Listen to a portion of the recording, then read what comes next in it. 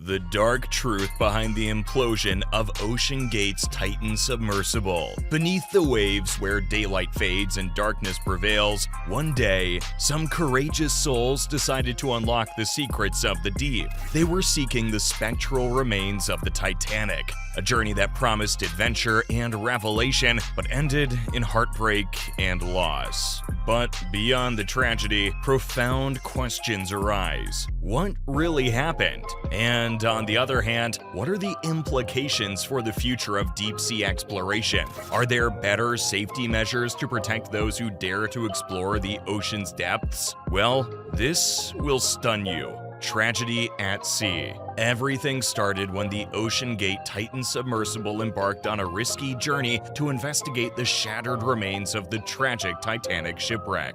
With 5 individuals aboard, they had no idea what awaited them.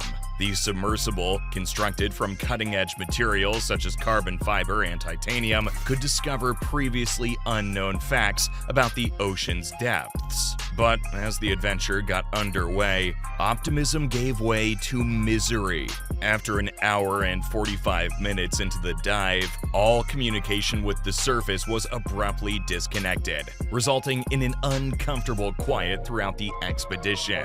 When the US Navy was brought in to assist with the search, they found something terrifying. In the area around the vessel, there had been a detection of an abnormality that was compatible with an implosion or explosion. Even though the identification was uncertain, it strengthened the resolve to continue the search in the vain hope that the passengers could still be alive. To understand the situation better, let's look at the scary mechanisms underlying such a catastrophic occurrence. First, you need to understand that an implosion occurs when the external pressure on a vessel exceeds the internal pressure, causing the vessel to collapse inwardly. A submarine hull's inward collapse occurs at the startling rate of 1,500 miles per hour, or 2,200 feet per second. The collapse process is completed in a single millisecond, faster than the human brain can even understand. The air held inside ignites when the hull collides, producing a tremendous explosion. In a second, an unfathomable force crushes humans to ash and dust, leaving no possibility of life. Experts say the deep sea water pressure that crushed the 22-foot craft was equivalent to the 10,000-ton wrought iron Eiffel Tower. The enormous forces would have acted so quickly that it would have been as if the carbon fiber hull of the vessel suddenly vanished before anyone within realized what was happening. Expeditions like these are extremely rare, and the Titan's destruction served as a sobering reminder of the immense forces in the ocean's depths. In fact, fewer individuals have fallen to the depths where the Titanic rests than those who have ventured into the vast expanse of space. If you've ever gone to the bottom of a pool, you've probably noticed a significant difference in water pressure and a feeling of heaviness in your nose and ears. Now, the reality is, off the coast of Newfoundland, almost 13,000 feet below the surface, the Titan sank into the depths and was never seen again. It included daring British explorer Hamish Harding, well-known businessman Shahzada Dawood and his son Suleiman, who represents one of Pakistan's wealthiest families, and French maritime expert Paul-Henri Nargeolet. With great ambition, this diverse group of explorers set out, but tragically, OceanGate revealed that all of the souls on board had passed away and had joined the merciless sea for all eternity. So, what exactly might have happened? The Titan submersible's fatal implosion raises concerns about whether the machine investigating the Titanic wreckage was destined for disaster because of its unusual design and the fact that its manufacturer refused to submit to independent inspections that are common in the sector. But let's find out. The troubling factors. To begin with, the operation of the submersible without proper certification raises eyebrows. According to several specialist opinions, the Titan's owners and operators bypassed regulations by primarily operating on international seas. This allowed them to avoid the attention of national organizations such as the United States Coast Guard. The vessel was neither classed by a marine industry organization that sets engineering standards, nor registered with any international authorities. The submersible's operator, OceanGate, argued that its design was so innovative that it would take years for inspectors to fully understand it fully, hence justifying its deviation from accepted rules. This lack of oversight has raised concerns about safety and obedience to industry standards. And now for the shocking part.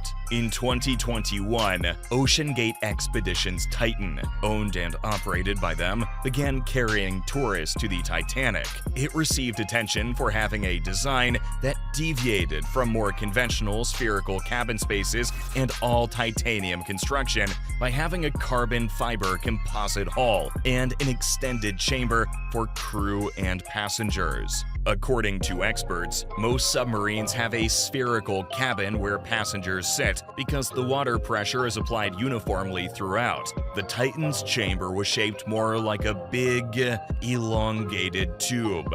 With a maximum of 5 seated passengers, the 22-foot-long, 23,000-pound Titan's higher interior volume meant it was under more external pressure. But as we discover more about the terrible journey of the OceanGate Titan submarine, we hear of the unnerving experiences of individuals who had the opportunity to test the vessel before its untimely collapse. One such person is Brian Weed, a camera operator for the Discovery Channel show Expedition Unknown, who, in May 2021, courageously embarked on an expedition aboard the Titan to explore the ocean's depths. Weed asserts that things went from bad to worse from the beginning of everything that transpired. Problems started to appear when the submarine started its test dive. Their journey down, however, did not even get them to the depth of the wrecks they were supposed to explore. The launch itself was described as uncomfortable, and issues with the propulsion system occurred only a quarter of the way into the dive, leaving the passengers feeling vulnerable and exposed in the sea. Weed strongly articulated his concerns, comparing the position to being sitting ducks.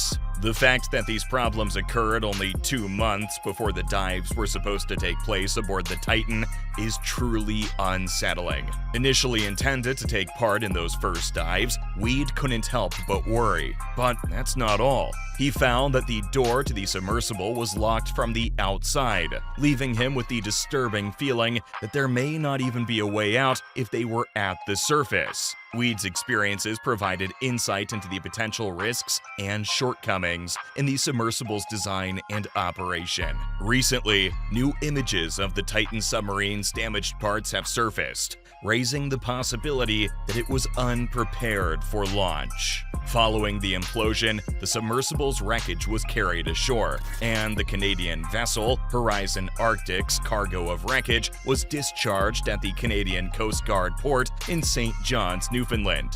The images show various pieces of metal wreckage being unloaded from the ship, including a vast, white piece of curved metal and another piece of debris laden with cables and other mechanical parts. Before being removed by cranes, the debris was covered with sizable tarpaulin sheets. James Cameron, a well-known filmmaker and experienced deep-sea explorer, has expressed his concerns regarding the submersible's safety. Cameron is skeptical of the ship's structural soundness because he has participated in several dives to the ruins of the Titanic and has even traveled to the Mariana Trench. He believes the Titan's hull began to break under pressure, with internal sensors notifying passengers. Cameron, in addition to other specialists, had for a significant amount of time voiced concerns over the level of risk posed by OceanGate's experimental methodology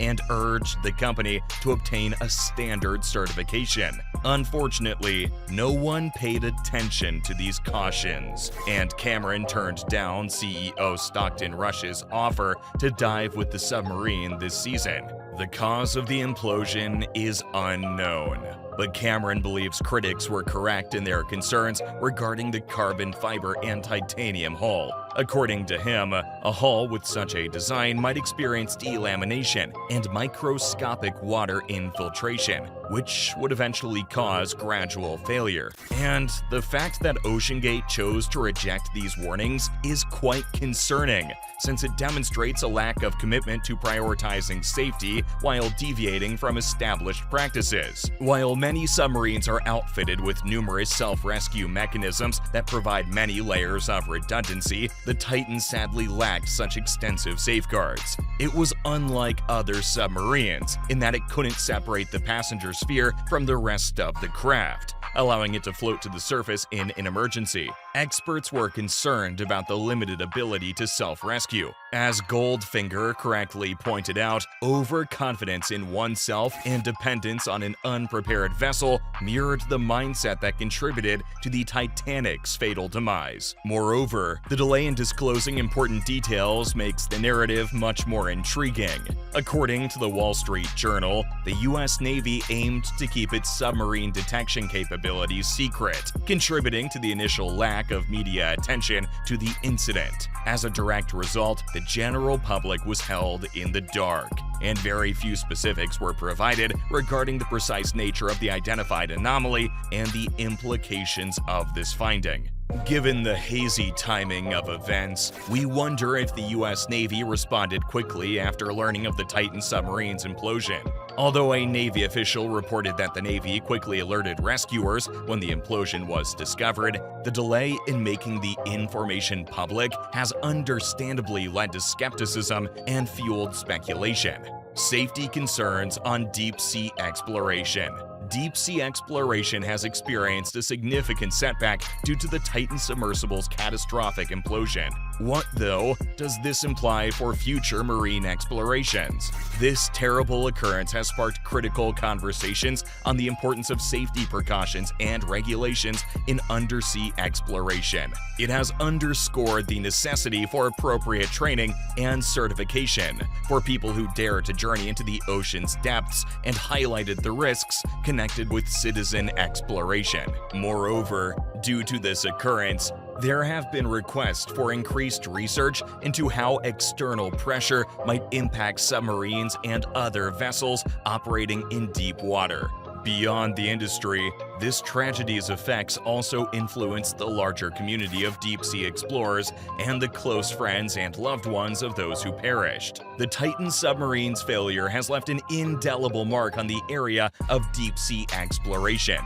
This sad event will probably result in many changes in the future regulation and operation of submarines and other marine vehicles. Moreover, many people are questioning the value of deep-sea exploration in light of its possible risks in the aftermath of this tragedy. It raises critical issues about the steps that need to be taken to safeguard the safety of those who go on these brave underwater expeditions, which is something that needs to be done.